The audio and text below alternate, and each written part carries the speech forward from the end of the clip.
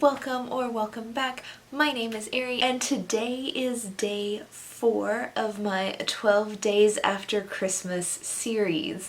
Today I am going to be talking about my 10 most anticipated books for 2021. These aren't all of the books that I'm anticipating to read. These are just top 10. And I'm not going to do them in top 10 order, I'm going to do them in publication date order because that makes way more sense. We're going to start out with the 2 books that should be published in 2021, but they don't exactly have a release date yet.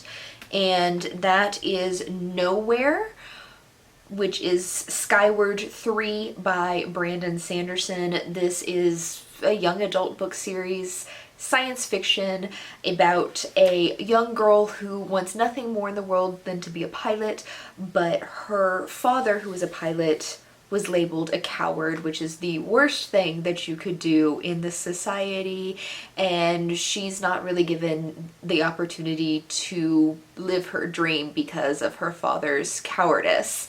And I can't really tell you a whole lot about this book because it's the 3rd book in the series, but it's Brandon Sanderson. I read literally everything Brandon Sanderson puts out. He is my favorite author. Obviously, this is going to be on this list. The other book that doesn't have a publication date yet other than sometime 2021 is Girls with Rebel Souls by Suzanne Young. This is, again, book 3 in a series, and in the series is Girls with Sharp Sticks. This is about a boarding school where the girls are taught to be the perfect, well-behaved young ladies, but it's weird. There's some creepy vibes going on, and you know that there's something wrong with these girls. They're super brainwashed, and you kind of figure out what's going on at the end of book 1, but I'm not going to spoil it for you, so you can go read it yourself. But I really enjoyed this series. This is kind of one of my brainless series where this is probably not the most well-written thing in the universe, but I sure as hell enjoy it, so I'm gonna read it. Now, things that actually do have expected publication dates. We're gonna start with February 9th. And Game Changer by Neal Shusterman. Now, the only series I've read by Neal Shusterman so far was the Arc of the Scythe, and I very, very much enjoyed that. That trilogy is complete. I've read all of it, and this is a completely new trilogy and a new universe in the first book in that trilogy.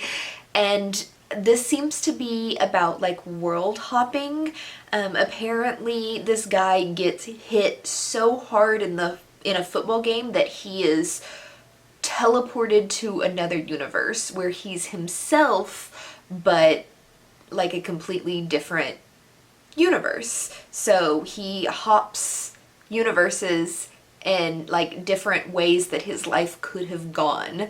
I don't know, this sounds like the greatest synopsis, but I really did like Neal Shusterman's writing, so I figure, why the hell not? Next up in March, holy shit, March 2nd, 3 books that I am super anticipating come out, and then I think I also have some arcs for other books that are releasing March 2nd. March is a really big deal for book releases, especially March 2nd. Everything's coming out that day. First, we've got Clara in the Sun by Kazuo Ishiguro. I have no fucking idea what this book is about, but I will read anything by Kazuo Ishiguro. He is such an amazing writer that he can make me like genres that I don't typically like. So, everything by him, this will be one of the everythings. Next is A Desolation Called Peace by Arcady Martin, or Martin. I don't know how to pronounce her last name still. I should probably look that up, but I'm going to forget as soon as I finish recording this. This is book 2 of her Texacalan series, and this is politics in space. And it's really, really extreme space and politics, which really isn't my thing normally, but I enjoyed the first book of the series and I want to see where this goes. So I'm gonna read it. I have an arc of it, so I'm definitely gonna read it.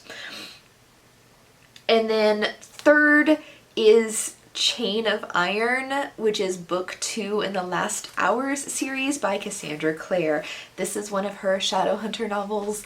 I'm really enjoying this particular iteration of the Shadowhunter novels because they cover a lot of period of time, but basically this is a book about Nephilim, like half human, half angel, and they are charged, well, they kind of charge themselves with protecting humans and other worldly creatures from demons.